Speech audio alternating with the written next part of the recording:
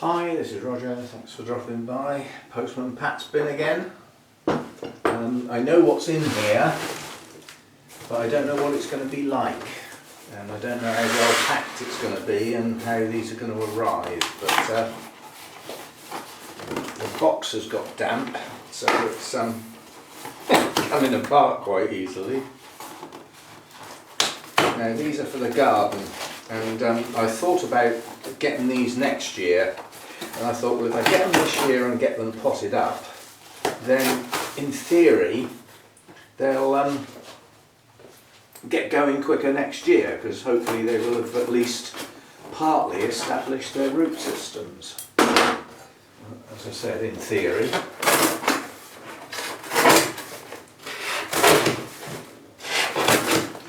Warning again for people using knives: cut away from you, not towards you.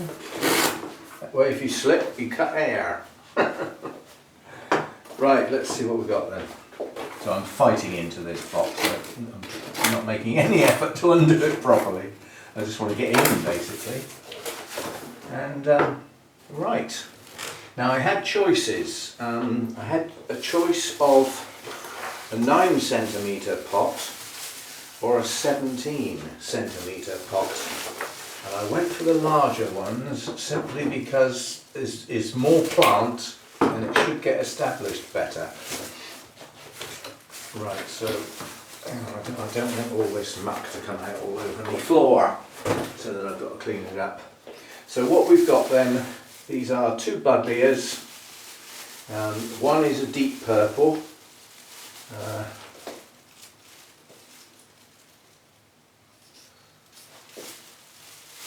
And one of them is the normal magenta colour.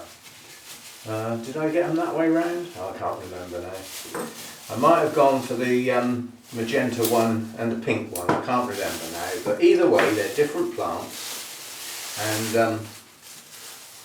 as I say, they're potted up in large pots. And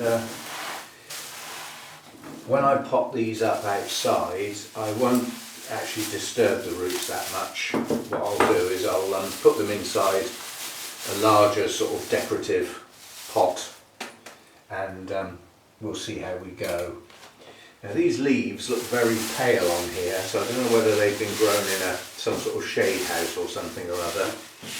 But leaves on buddleias do tend to have a silver green look about them. They're not a bright green colour. And you see them in the countryside, the leaves stand out against our native stuff. So anyway, we've got two plants. I don't know whether, I've got a horrible feeling that these have been cut to send. These are not recent cuts, but it may well be that when they decided they were going to sell them, that they had to reduce the size. And at the end of the day with buddleias, you do need to prune. You know, that does need to happen. Anyway, I would imagine with, you know, pieces this big, they should get going okay next year. And they're quite damp at the moment, so all I'm going to do with these at the moment is put them out in the garden. They can fend for themselves this year, and then as I said, next year they will grow on. They've already had their prune, you know, they've already been pushed back this year, and it's a matter of next year just get lots of feed into them at the beginning of the year and push on new growths. They'll shoot out all over the place next year. So there we go, that's two new buddleias to go with the white one I've already got, that Gail Cunningham gave me the money for, because she wants to see butterflies in the garden. Well, unfortunately the white one doesn't seem to attract them that much. Not that I've had a huge number of butterflies in the garden, but I thought by getting the normal magenta one, what I call the wild one, I mean, they grow in the wild all over the place, but they shouldn't be here. They're invaders. They don't come from this country originally.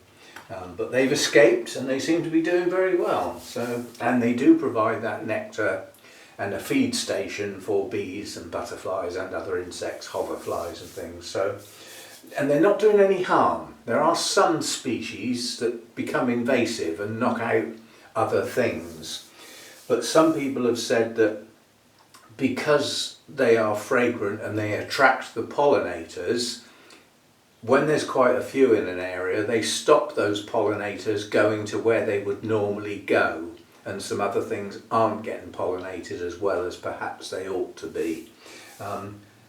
Whether they're capable of doing that or not, I really don't know.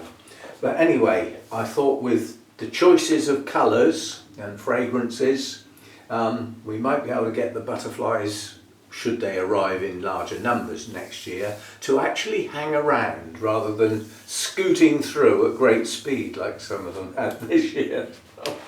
Then a painted lady came in the garden earlier in the year, and I sort of ducked down because it came in at such speed, and it went up into the wisteria and landed and just did that once or twice in the sunshine and was gone. So it was in the garden for less than 10 seconds. That's the only one I've seen, so this year anyway. So anyway, that's what it is, to go in the garden and to help with the butterflies and bees, hopefully retaining them in the garden a bit better, because as I say, there's an awful lot of green in this place but not a lot of colour, and hopefully we can work on that a bit better next year and get a few more things in tubs.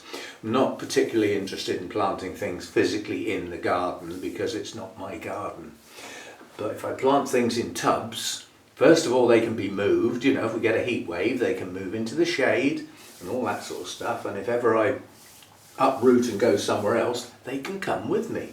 So there we go, 2 new buddleias. See you next time.